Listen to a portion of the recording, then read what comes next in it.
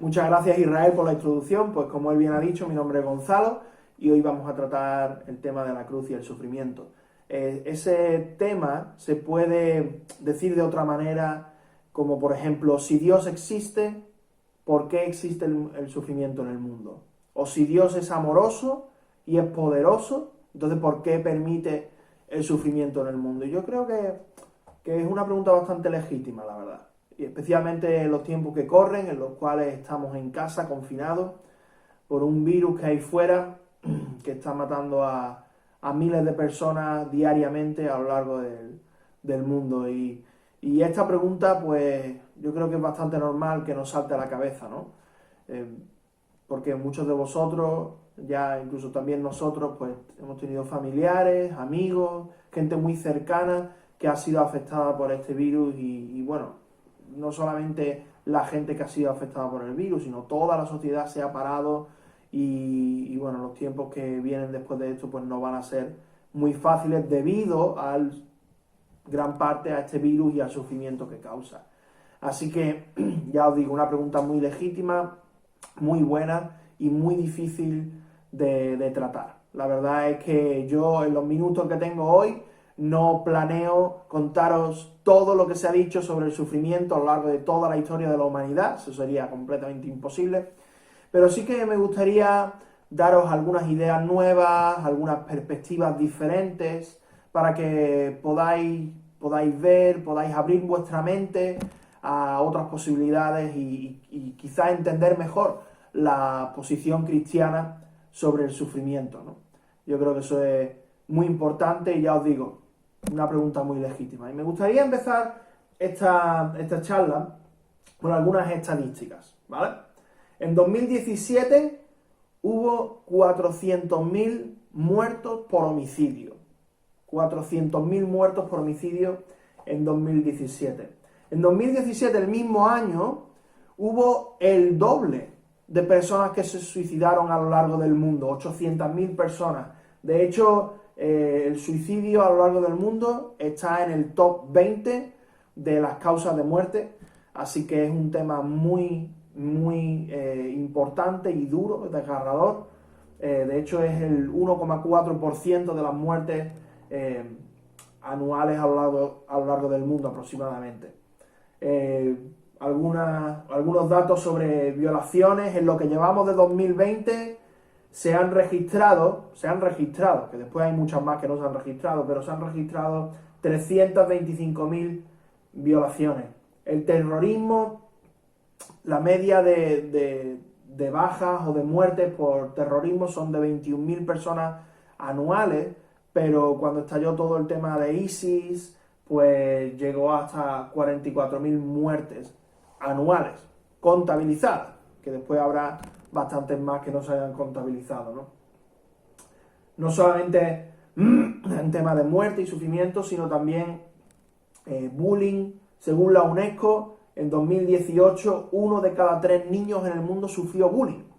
Y eso es una cifra bastante grande. Estamos hablando de un 33% de niños que en algún momento de su vida han sufrido bullying. Eso es un sufrimiento enorme para ellos. La depresión, según la Organización Mundial de la Salud, en 2017, pues la depresión pudo afectar a hasta 264 millones de personas. Fijaros que no es un número pequeño, 264 millones de personas afectadas por la depresión en 2017. Yo creo que estos datos revelan lo obvio, que el sufrimiento en el mundo está por todos lados, es muy difícil de parar y siempre que conseguimos solucionar un tema, vuelve otra cosa que nos arrastra y que nos golpea, sea a nivel personal, o sea a nivel nacional, o familiar, o internacional, ¿no? Yo creo que es bastante difícil este tema del sufrimiento. Y me gustaría hacer una pequeña diferencia, ¿no? Porque a veces no distinguimos muy bien esto. Hacer una pequeña diferencia entre lo que sería la maldad humana y la maldad natural, o el sufrimiento que viene por causas humanas y el sufrimiento que viene por causas naturales, ¿no? pues el bullying sería un ejemplo del sufrimiento que proviene exclusivamente por causas humanas, los homicidios, las violaciones, pero también la maldad natural o el sufrimiento que proviene de eventos naturales, de eventos quizás catastróficos, como maremotos, terremotos, volcanes, pues enfermedades. Pues yo creo que eso se engloba dentro de la maldad natural, ¿no? Y yo creo que podamos distinguir entre estas dos cosas. Va a ser muy interesante para después un poco en nuestra discusión. Eso es muy importante. Pero vemos algo claro con esto, que hay un problema, no solamente con la humanidad, sino con el mundo. Es decir, nosotros tenemos un deseo, un anhelo como personas que somos de un mundo perfecto, un mundo en donde no haya enfermedad, no haya dolor. De hecho, fijaros, un montón de películas, un montón de series, siempre intentan acabar de la misma manera, intentan acabar bien, ¿no? Como decimos, esta película ha acabado mal porque ha ganado el malo. No, tiene que acabar bien, que gane el bueno y que todo sea paz y que se restaure la situación ¿por qué? Porque nosotros anhelamos algo mejor, nosotros anhelamos que no haya sufrimiento, que no haya guerra, que no haya dolor, que no haya ninguna de estas cosas que parecen afectarnos tanto en nuestro día a día, pero que realmente está dentro de nosotros ese deseo de querer verlo completamente eliminado, ¿no? Y algo tendría que hacernos clic en la cabeza. Tendríamos que reconocer que hay algo que está mal. Hay algo que está mal, o con el mundo, o con nosotros como seres humanos. Hay religiones que lo llaman el karma, el destino, y la religión cristiana lo llama pecado, que es simplemente rebelión contra Dios, pero todos reconocemos que hay algo que está mal. Hay algo que no encaja bien, no hay una correlación buena entre lo que nuestra alma desea y cómo vemos la realidad, ¿no?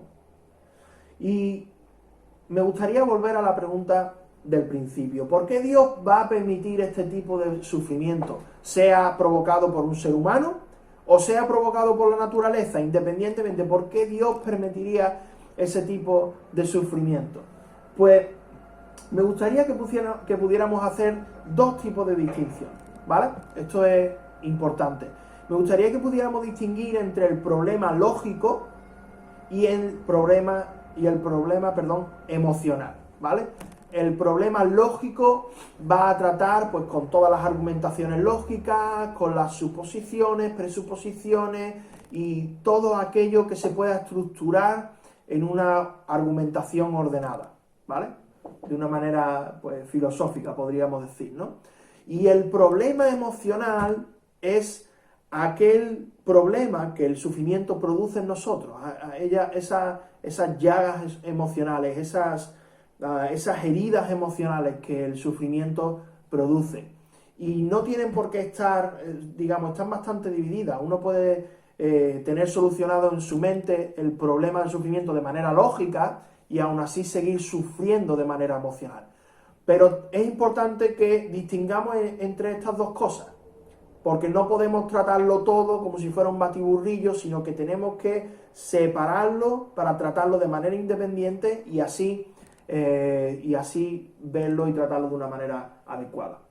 Me gustaría que fuéramos primeramente al problema lógico. Y me gustaría pues ponerlo de una manera muy común, o digamos usar un dilema que se ha usado a lo largo de los siglos, y es el dilema de Epicuro. Creo que era obvio que este dilema iba a salir en esta charla, y os lo digo, y os lo presento, ¿no? El dilema de Epicuro dice lo siguiente: si Dios quiere evitar el sufrimiento, pero no es capaz de hacerlo, entonces no es todopoderoso.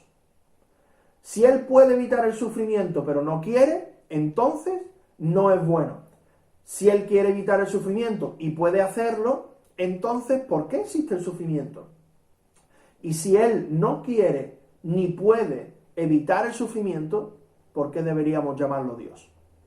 Creo que es muy interesante este dilema. En la primera parte habla de como quizás Dios quiere pero no puede, entonces no es todopoderoso. Quizás Dios puede pero no quiere, entonces no es bueno o no es amor.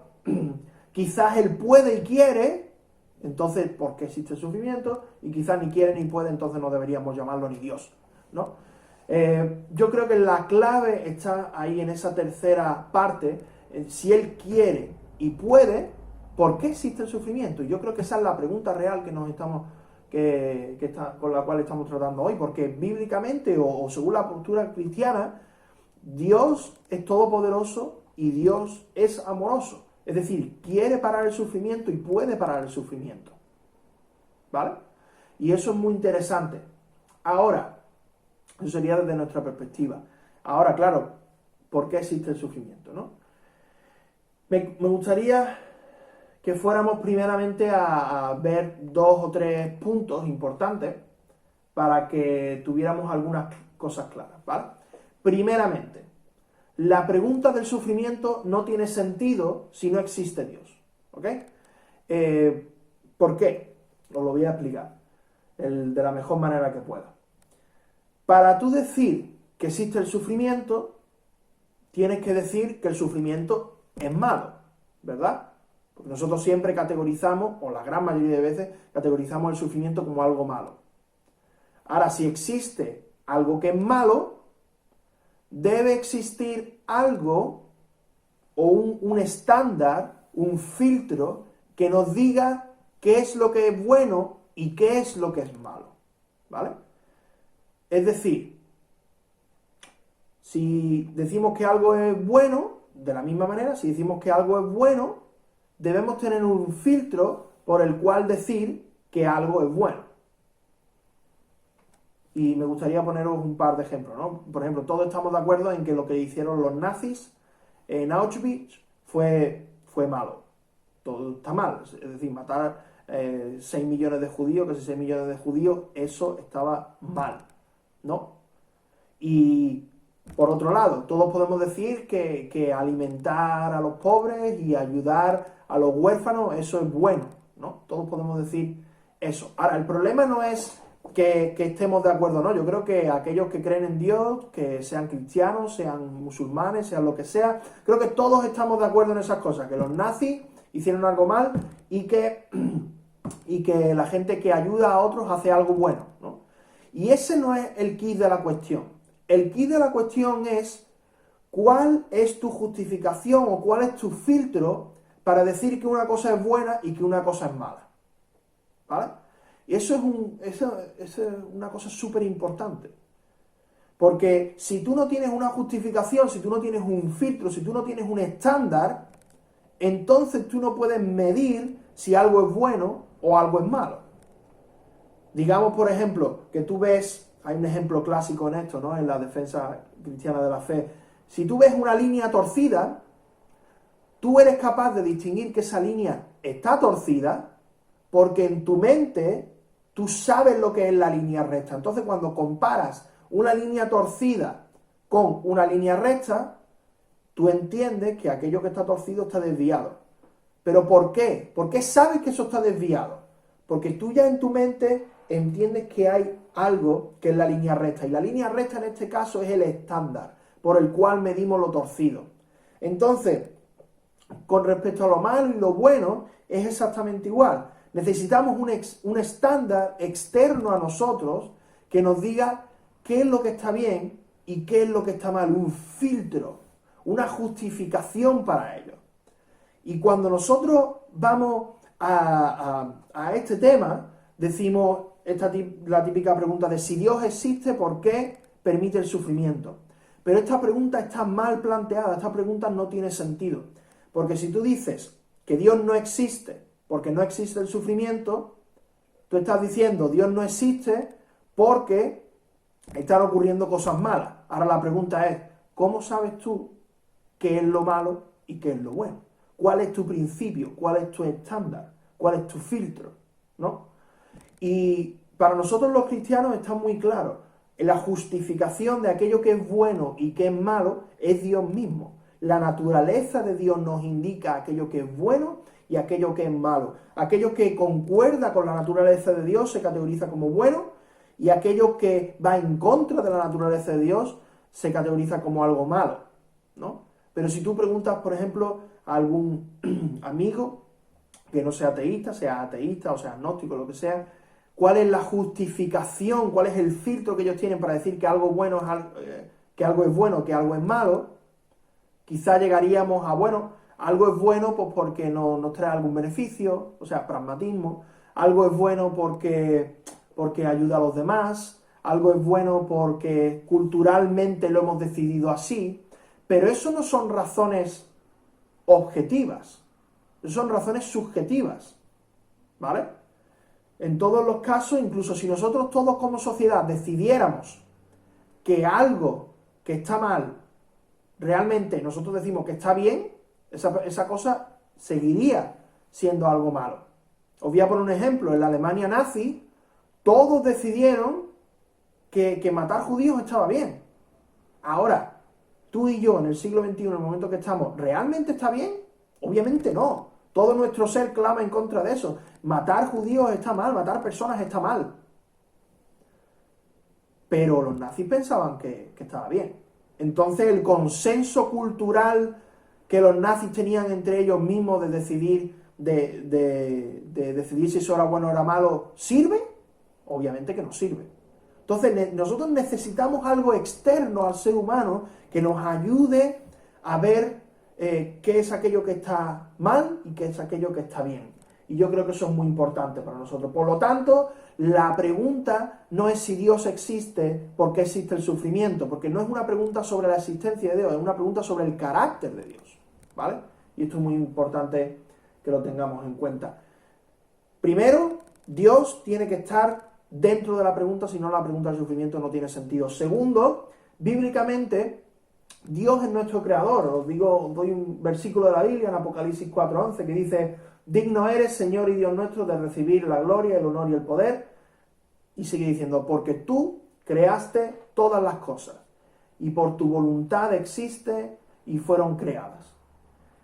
La verdad es que, bíblicamente, Dios es aquel que es el centro de todas las cosas. Nosotros no somos el centro de nuestra existencia. El ser humano no existe en sí mismo. Bueno, existe, pero no existe por causa de sí mismo, ¿vale? Ni siquiera Dios mismo, asumiendo que existe, pero asumámoslo por un momento, Dios mismo no existe por causa del ser humano. Dios mismo no existe para darle al ser humano todo aquello que Él quiere y para que el hombre sea el centro de todo del universo, ¿no? Bíblicamente, de la postura cristiana, pues Dios es el centro. Y el hombre ha sido creado para Dios. Ha sido creado simplemente del amor que Dios tiene tan desbordante, crea al hombre para poder compartir su amor con Él y para poder disfrutar eternamente en una relación. Pero ya vemos que, como hemos dicho antes, hay algo que está mal entre la relación de Dios y la humanidad. Hay algo que está roto, hay algo que no encaja, que es lo que hemos comentado antes como pecado y que ya hablaremos en otras charlas con un poco más de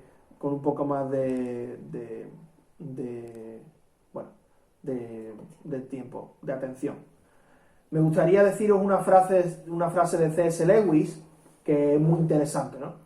El problema de reconciliar el sufrimiento humano con la existencia de un Dios amoroso es irresoluble solamente si mantenemos un significado trivial para la palabra amor y miramos a las cosas como si el hombre fuera el centro de ellas.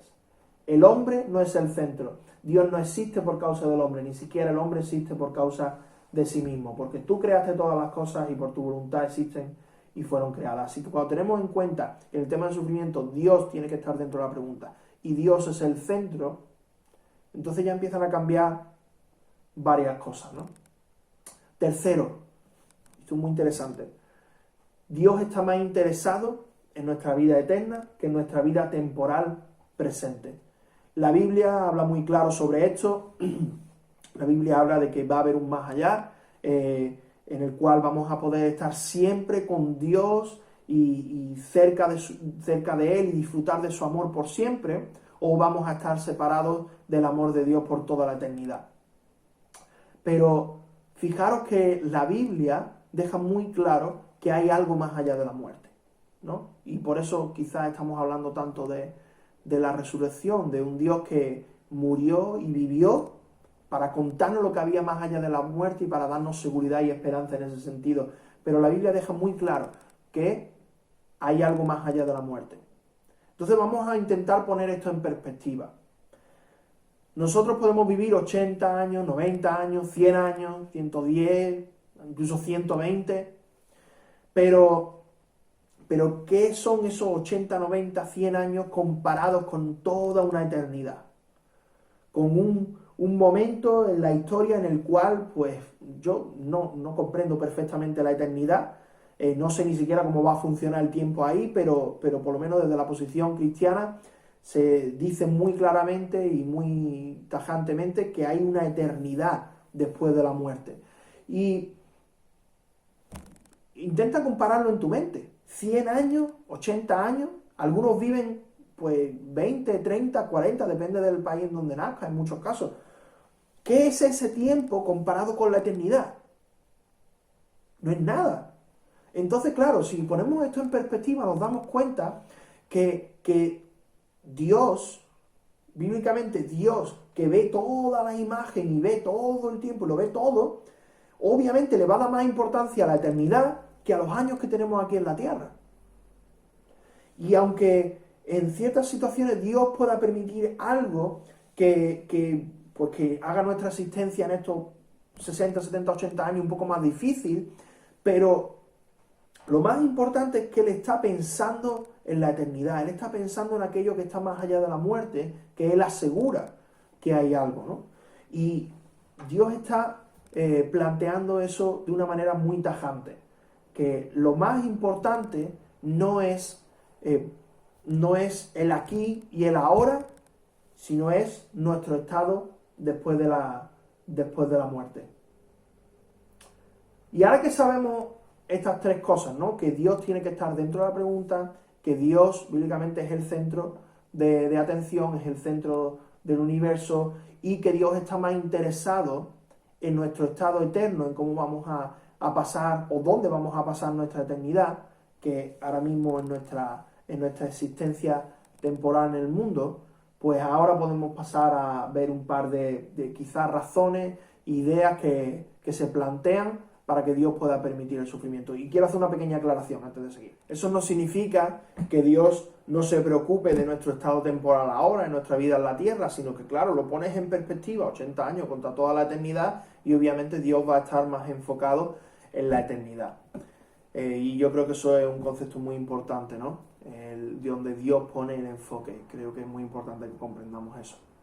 Me gustaría volver a retomar un poco la pregunta de si Dios es bueno, si Dios es amoroso, y eso es lo que entendemos, que Dios es bueno. Bíblicamente Dios es alguien que busca bendecirnos y que busca cuidarnos, ¿no? Dios no está a favor del sufrimiento, y de hecho es muy importante reconocer el origen del sufrimiento, y el origen del sufrimiento tiene que ver con que Dios crea al hombre, el mundo está en un estado perfecto en el cual no hay sufrimiento, no hay dolor, no hay problemas de ningún tipo.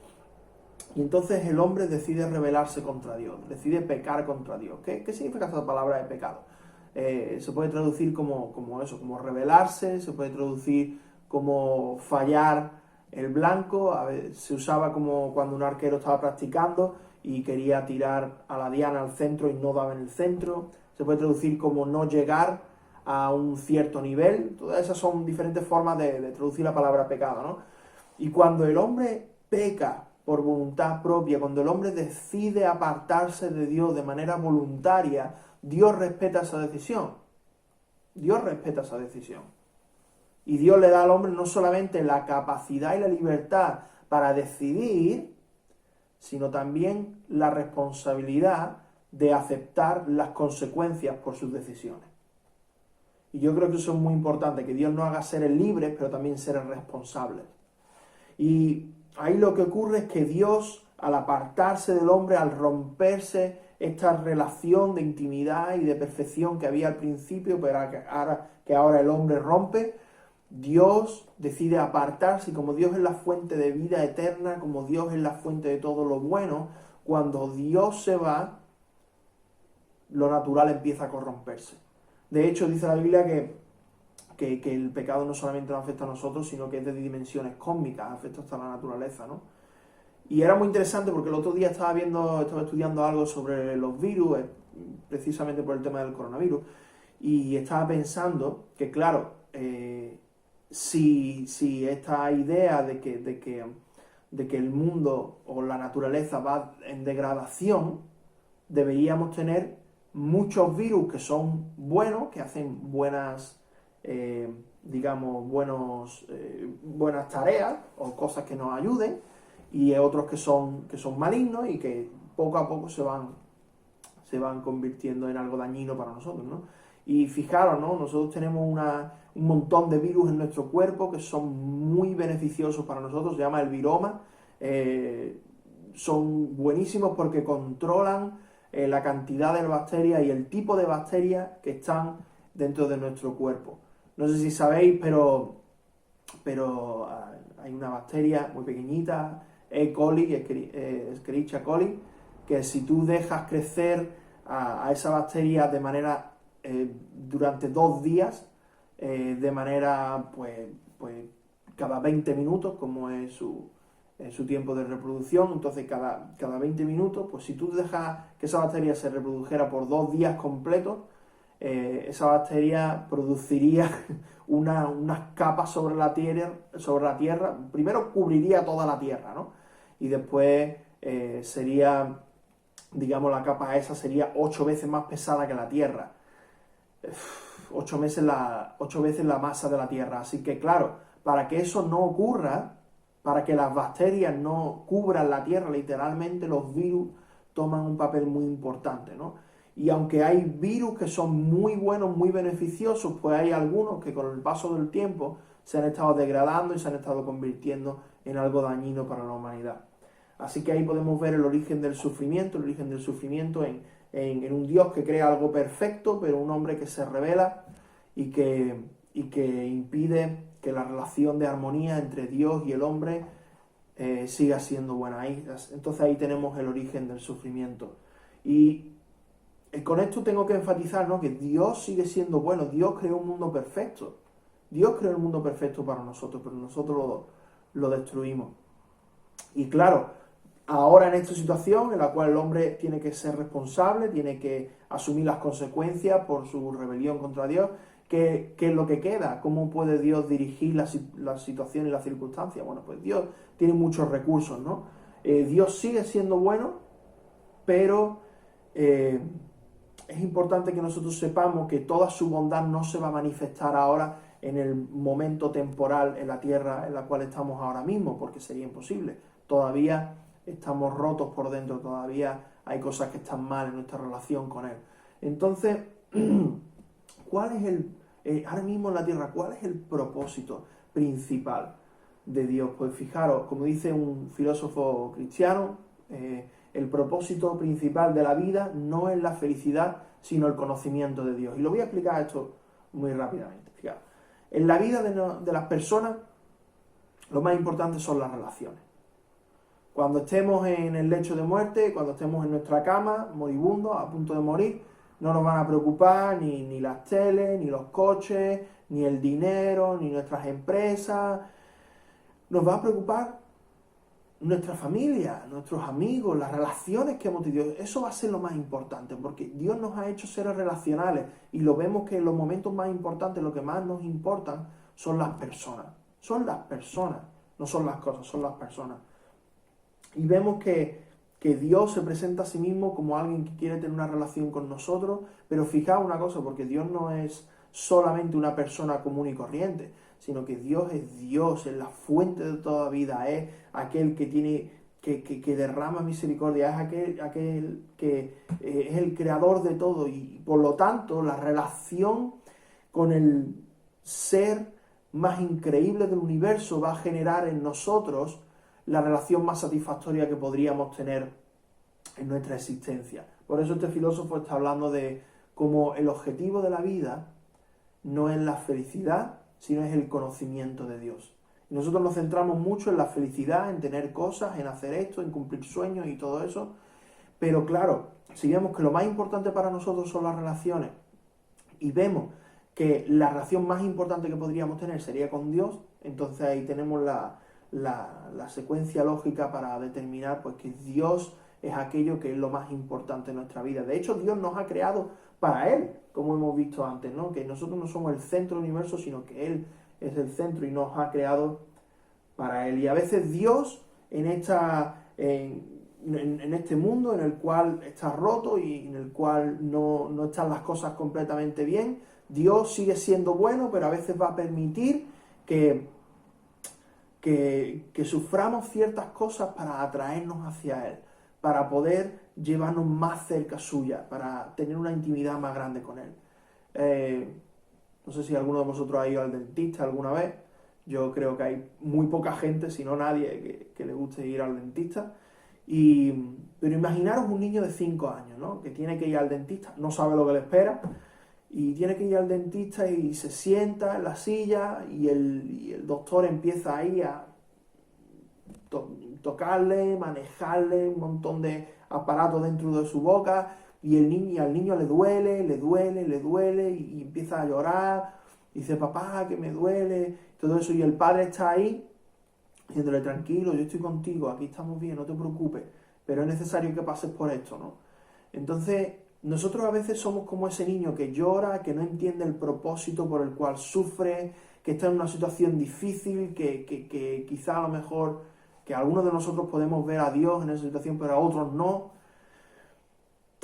Y yo creo que es necesario que nosotros entendamos que hay cosas que nosotros no sabemos por qué Dios las permite. Pero lo que sí sabemos es que en última instancia Él va a permitir esas cosas para atraernos hacia Él, para que tengamos intimidad con Él. Aun a pesar de nuestro pecado, aun a pesar de las faltas que cometemos, aun a pesar de que, bueno, queremos dejar a Dios de lado, pero Dios quiere acercarse a nosotros.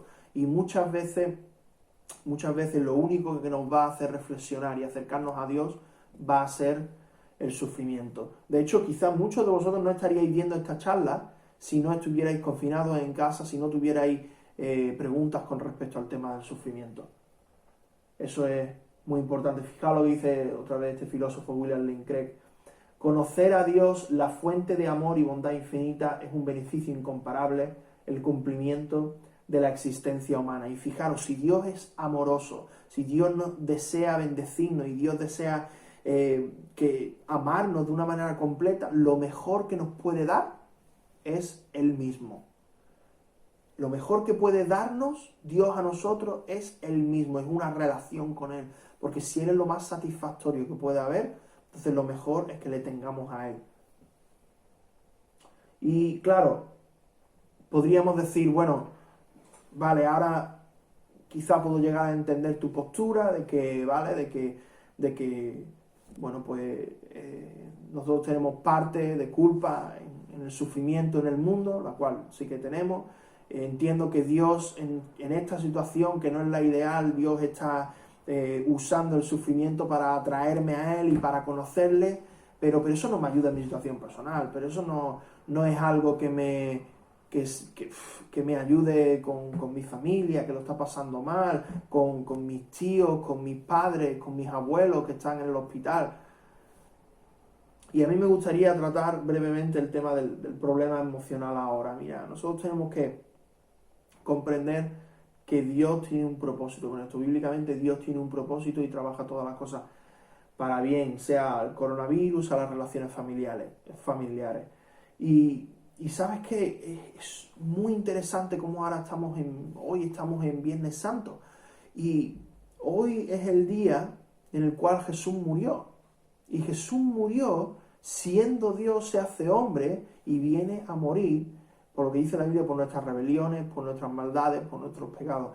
Y es increíble ver cómo el Dios del universo, en la forma de Jesús, no se queda ahí, impasible y ajeno a todo nuestro dolor, sino que Él entra dentro de nuestra esfera espacio-temporal, sufre como nosotros, y no solamente eso, sino sufre mucho más que nosotros para poder pagar por nuestros pecados y poder ser el sacrificio por nuestras rebeliones. Y yo veo al Dios que sufre, al Dios que se compadece de nosotros, al Dios que pasa lo mismo que nosotros, que no es ajeno al dolor, que está ahí disponible. De hecho, fijaos lo que dice una cita de un autor, Tim Keller, dice: el cristianismo enseña, al contrario que el fatalismo, que el sufrimiento es aplastante. Al contrario que el budismo, que el sufrimiento es real. Al contrario que el karma, que el sufrimiento a veces no es justo. Y al contrario que el secularismo, que el sufrimiento es significativo. Hay un propósito en él, en el sufrimiento. Y si se encara adecuadamente, puede hacernos profundizar en el amor de Dios y llevarnos a una estabilidad y poder espiritual más grande de lo que podemos imaginar. Yo creo que eso es increíble, ver cómo la Biblia, como el cristianismo no niega el dolor, sino que lo afronta, lo asume y le da una respuesta, le da un propósito. No solo eso, sino que nos dice que Dios quiere estar con nosotros a través de ese sufrimiento y ayudarnos a pasarlo bien, a pasar ese sufrimiento de una manera adecuada, de la misma manera que un amigo, cuando tú lo estás pasando mal, está contigo. Y tener esa relación con Dios, esa relación en la que a veces Dios no nos va a dar la respuesta, pero en la que Él está ahí, Él está presente. Y yo como cristiano, cuando pasan cosas malas en mi vida, yo confío en que Dios sigue teniendo el control, en que Dios sigue cuidándome, en que Dios sigue tratando conmigo, tiene un propósito conmigo más allá de lo que yo puedo ver o percibir en este momento. Y eso a mí me da muchísima, pero que muchísima tranquilidad, de verdad. Y yo os animo también a los que queráis, que podáis tener una relación con Dios, experimentar esa relación íntima con Dios, que podáis conocerle de una manera personal, que podáis, pues mira, pues al haber una relación rota, ¿qué es lo que hay que hacer para restaurar la relación? Pedir perdón, arrepentiros por las cosas, aquellas cosas que habéis hecho que no le agradan a Dios, ¿sabes? Por aquellas cosas también por esa rebelión que hemos tenido contra Dios, que hemos querido simplemente alejarlo de nuestra vida y ya está, ¿no? Y que no me moleste. Pero si vamos a Él y le pedimos que nos ayude y que entre y que tenga una relación personal con nosotros, Él lo va a llevar a cabo. Y yo creo que no hay mejor manera de terminar esto que hablando de aquello que hablábamos al principio, de la utopía, del deseo de nuestro corazón, de poder estar en un momento del tiempo en el cual no hay muerte, ni hay dolor, ni hay sufrimiento, ni hay nada. Pues yo creo que el Señor Dios en la Biblia nos muestra que Él va a satisfacer ese deseo. Fijaros lo que dice aquí en Apocalipsis 21:4, de aquellos que entren al cielo y que disfruten toda la eternidad con Dios. Fijaos lo que dice, Él, Dios, enjugará toda lágrima de sus ojos, y ya no habrá muerte, ni habrá más duelo, ni habrá más clamor, ni dolor, porque las primeras cosas pasaron. Fijaros, un estado perfecto, bondadoso, eterno, en el cual no va a haber sufrimiento, no va a haber dolor, no va a haber diabetes, no va a haber cáncer, no va a haber infarto, no va a haber ningún tipo de enfermedad, nada. Y Dios nos promete eso a aquellos que le hemos pedido perdón por nuestras rebeliones y hemos querido acercarnos a Él, y Él está dispuesto y Él está abierto y Él está disponible para nosotros. Así que la mejor solución para el problema emocional del sufrimiento es que Dios va a estar ahí con nosotros, y no solo eso, sino que Dios nos promete, nos da una esperanza buenísima, increíble, que sobrepasa nuestros mejores sueños, de un lugar, un tiempo, un momento, por toda la eternidad, en el cual vamos a disfrutar de estar en una relación con Él perfecta, en un sitio donde no hay ningún tipo de dolor. Nunca jamás. Y eso es, a mí, de verdad que me llena muchísimo. Y me gustaría que vosotros pudierais experimentar lo mismo que yo. Espero que Dios os bendiga mucho y que esto os haya hecho pensar y reflexionar. Nos vemos.